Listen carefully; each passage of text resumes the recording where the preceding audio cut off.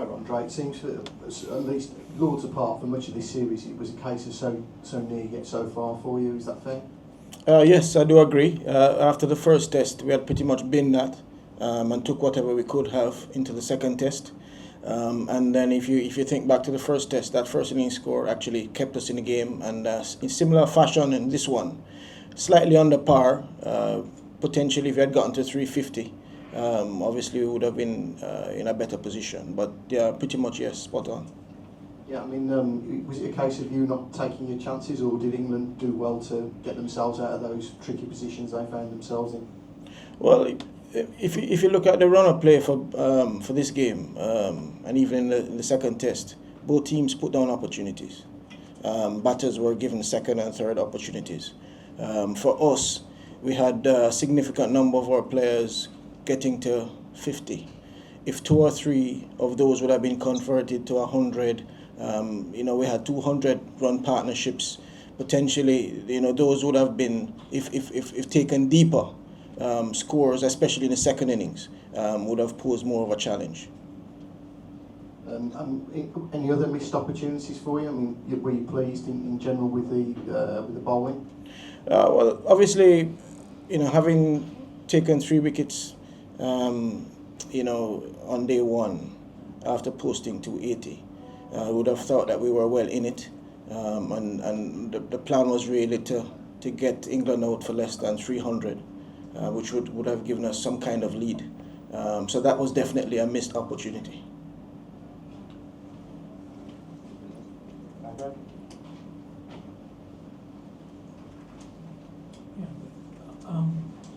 In terms of positives, can you point out a couple of them? And also, overall, this 3-0 series defeat, did you, for some it might have been, unpredictable lines, and what do you have to say about that? I'll take your last question first, so I don't forget. Yes, there's history around the series. The fact that we had the trophy and now pretty much turned it over. With a young emerging side, there would have been a lot said about this being a walkover. Obviously, we should have competed better, but we did show a lot of fight during the series. From a batting standpoint, I was very pleased with our scoring rate, tempo, especially in the second test match, and to a lesser extent in this one. The fact that a young Hodge was able to score 100, following up what he did in Australia. Joshua De Silva appeared to have been coming to some kind of form, and Jaden was able to extend his run coming back from injury, having played some county cricket, showed really good form. Shamar Joseph, obviously a new kid on the block, still learning, so it was good to actually watch him almost take the learning from the conditions here, adjusting his lengths and so on. So those were significant positives that we can take from the series as we approach the South Africa series at home. It does seem to be a theme about this young side and what certain players were able to do in Australia and here. How do you go about harnessing that and building on it, though? Results are important. A lot of times we focus on the outcomes, and obviously that's important. The focus for us going forward, and always has been on the process. You're not going to get performances every day, but one thing you can actually have some control over is going through your processes every single day and give yourself the best chance of performance. So that is really what we're going to be focusing on. And then I'd mentioned a couple of positives that we could take away. We will actually do a bit of deep dive into that to see what processes and just confirm the processes that went into achieving those and looking to replicate them. And just following on from that, when you're talking about the processes, it's perhaps a little bit of commentary around looking a little bit undercooked going into this series. So how then are you going to approach that when you do have South Africa? Well, we play South Africa with maybe this 10 under 2 weeks time. When you think about preparation, this is good timing heading into that. There are a few players who would obviously need some rest.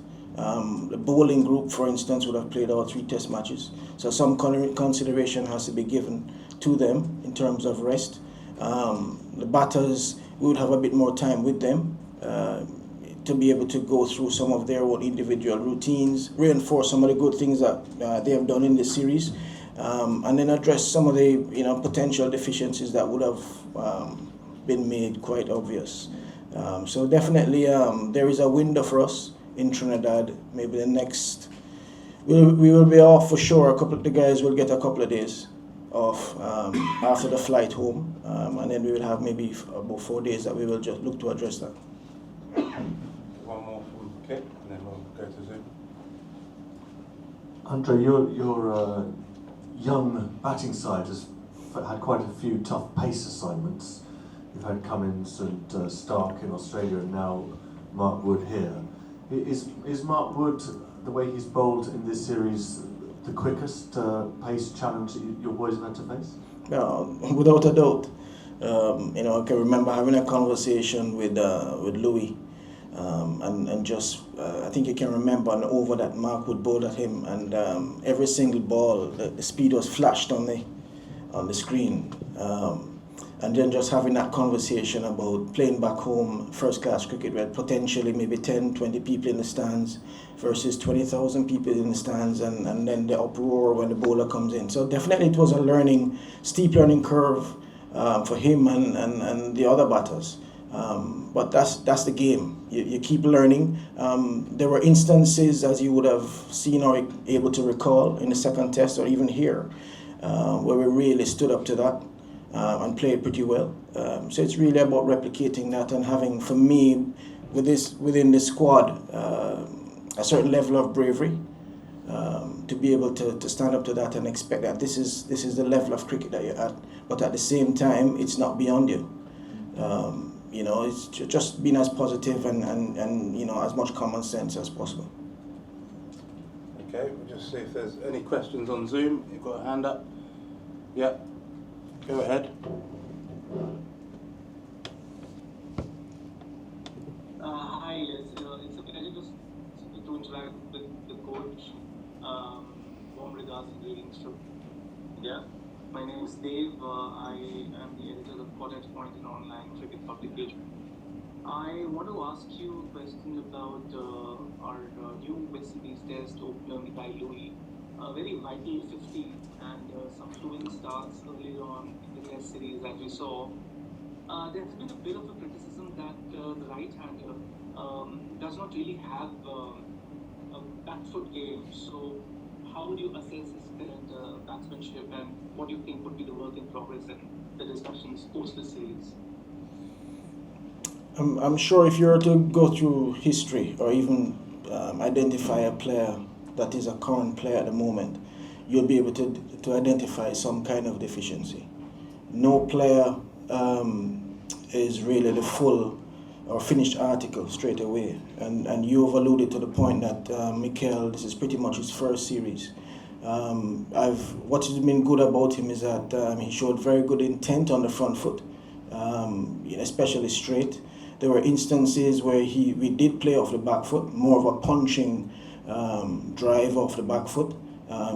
Occasionally he would cut, but by his own admission, it is more an appreciation of an importance to expand his game as opposed to a deficiency.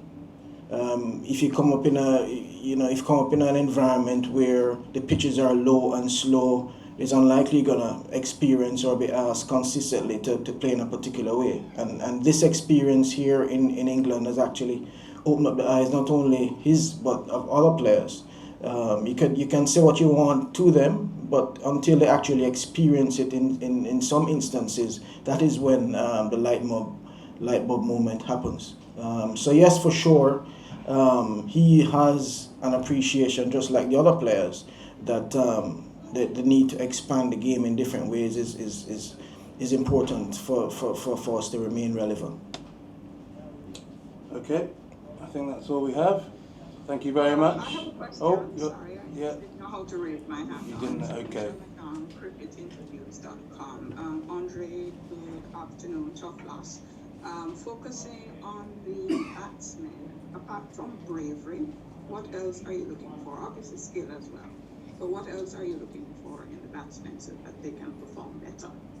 There's a general length that most fast bowlers will look to bowl, especially when they're bowling on it on the first time, and then obviously having had an opportunity to bowl maybe a few balls or a couple of overs, then they will make the necessary adjustment.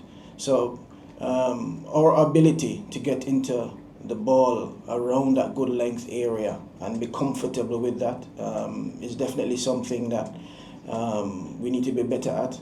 There were instances where we drove the ball through the offside and down the ground, but the greater consistency in executing those. But as I said before, I was very happy with our intent in how we look to score as opposed to just occupying the crease. Obviously, a balance needs to be struck.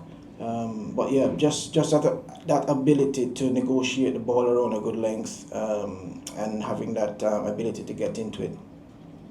Right, so skill and a bit of decision making. Last question, you spoke about intent, but that does not win matches.